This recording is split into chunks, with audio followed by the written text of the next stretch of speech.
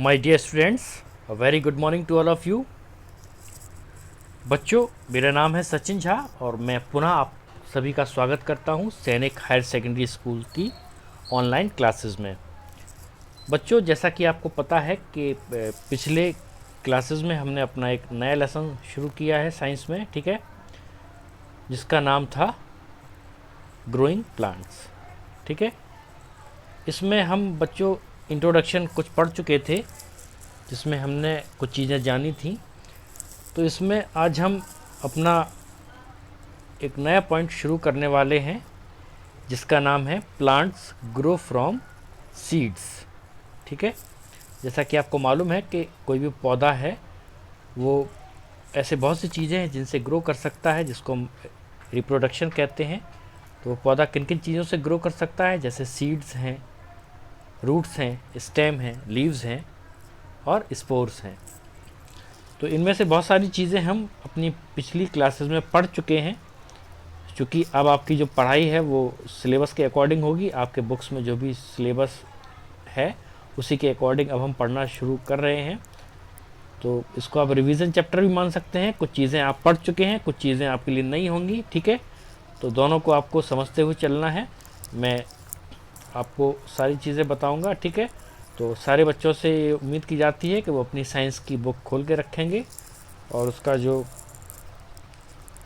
First lesson है उसको खोलिए, उसका जो पेज नंबर 6 है उसको सामने रखिएगा। ठीक है, आइए बच्चों, हम शुरू करते हैं। Now let us know how new plants grow. अब हम ये जानते हैं कि कोई भी पौधा कैसे ग्रो करता है। अब हमारी नई हेडिंग शुरू होती है, ग्रोइंग प्लांट्स फ्रॉम सीड्स, यानी सीड से, यानी बीजों से पौधा कैसे ग्रो करता है, कैसे बढ़ता है। ठीक है, कैसे जर्मिनेट करता है। इसमें कुछ फोटोग्राफ्स आपको दिख रहे होंगे, उनको भी आप गौर से देखते जाइएगा। मैं बीच बीच में आपको बताता जाऊंगा कब क्या आपको देखना है। ठीक है, मोस्ट प्लांट्स बियर फ्लावर्स। अधिकतर जो पौधे होते हैं उनके ऊपर फूल लगे हुए होते हैं।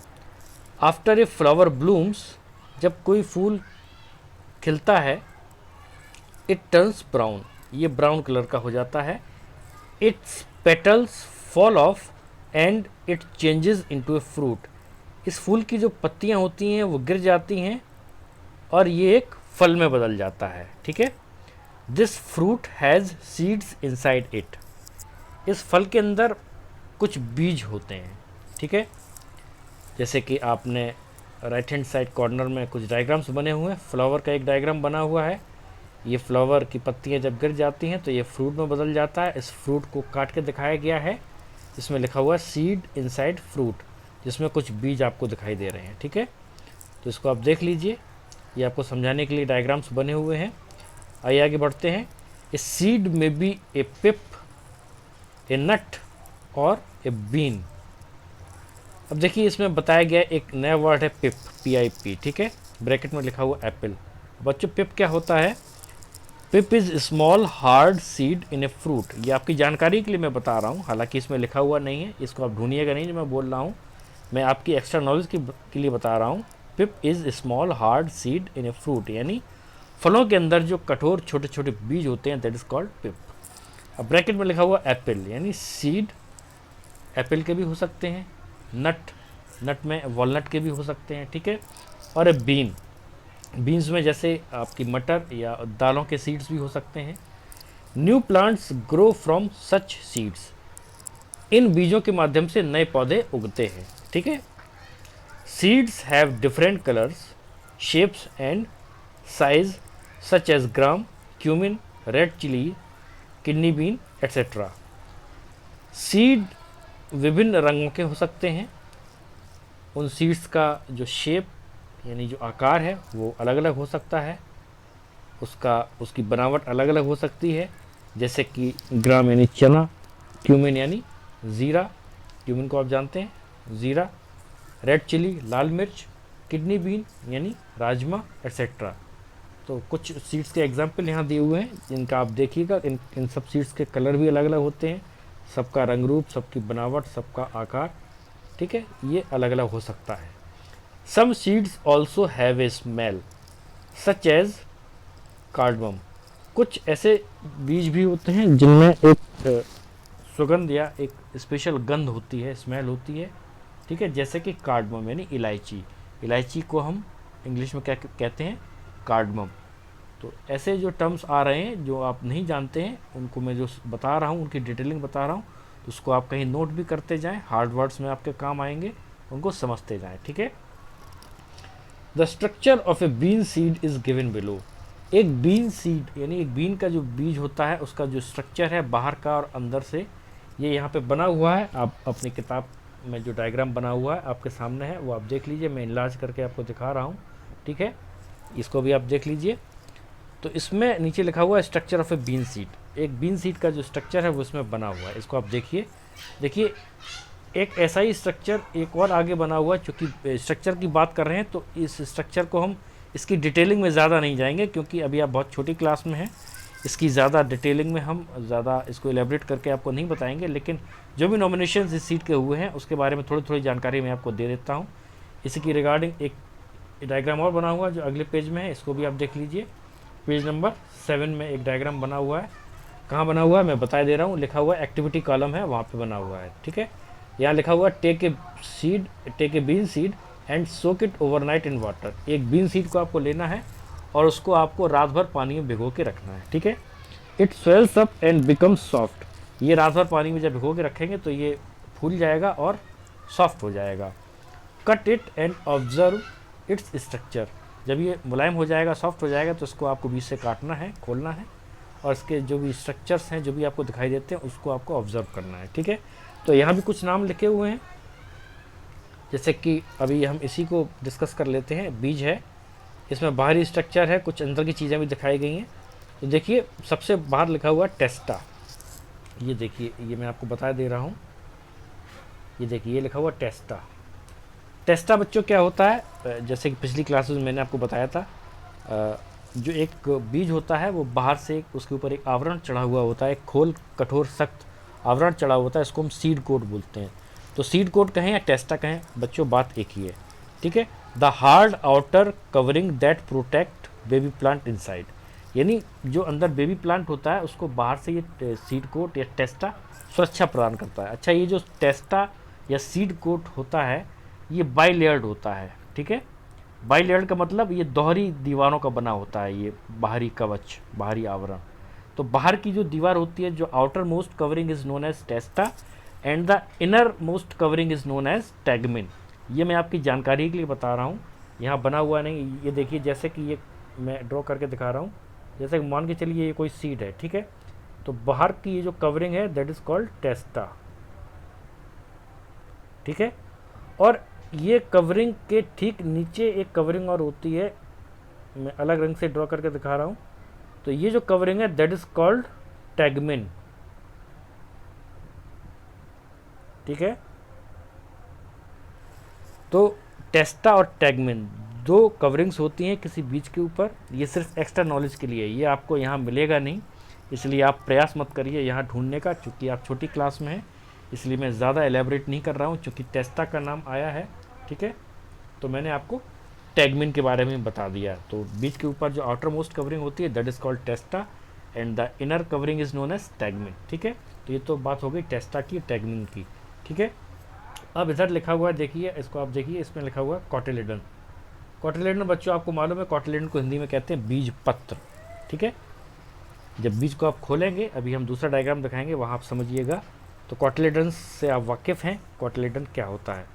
अब लिखा हुआ है इधर माइक्रोपाइल, ठीक है। माइक्रोपाइल बच्चों क्या होता है, पिछली क्लास में मैंने आपको बताया था, बीज में एक होल होता है, एक छेद होता है छोटा सा, उसको हम कहते हैं होल या micropyle. Tiny hole in testa that allows water to enter the seed. एक छोटा सा छेद होता है जिसके माध्यम से हवा और पानी बीज के अंदर प्रवेश कर सकते हैं, उसको माइक्रोपाइल कहते हैं, ठीक है।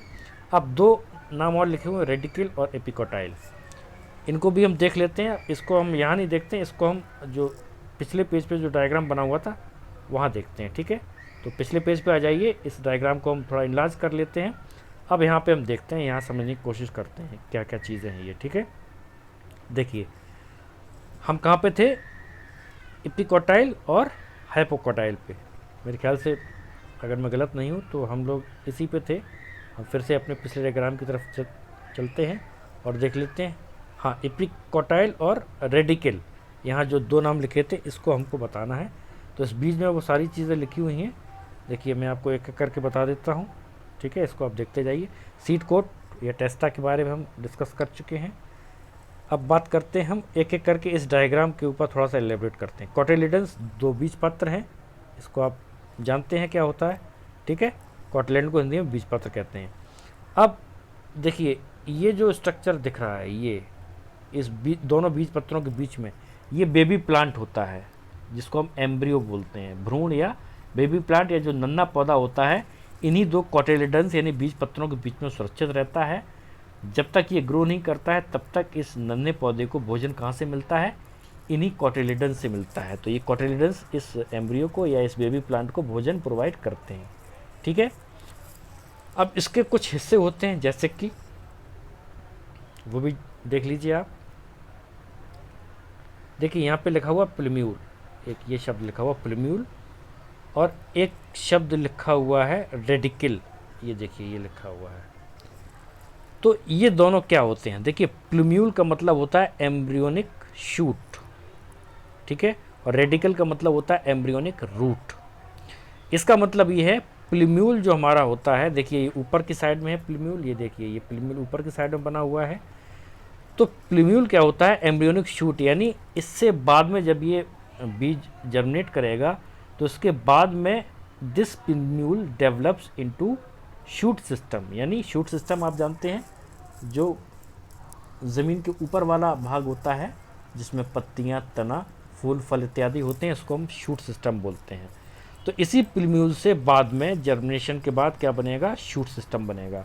और जो रेडिकल होता है, इससे बाद में क्या बनेगा, radicle will develops into root system.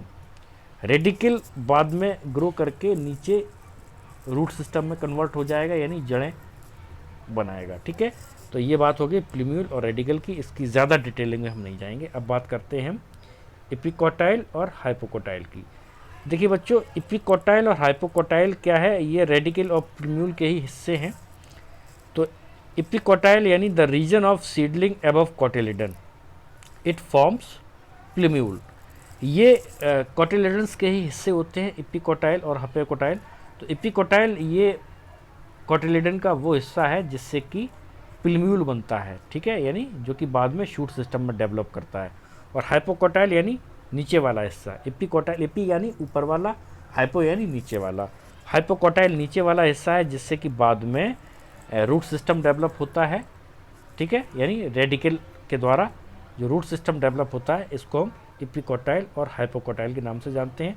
तो बच्चों इसमें हमने सारे जो टर्म्स हैं वो डिस्कस कर लिए हैं, तो इसको हम यहीं छोड़ देते हैं क्योंकि ये हमारा विषय अभी नहीं है।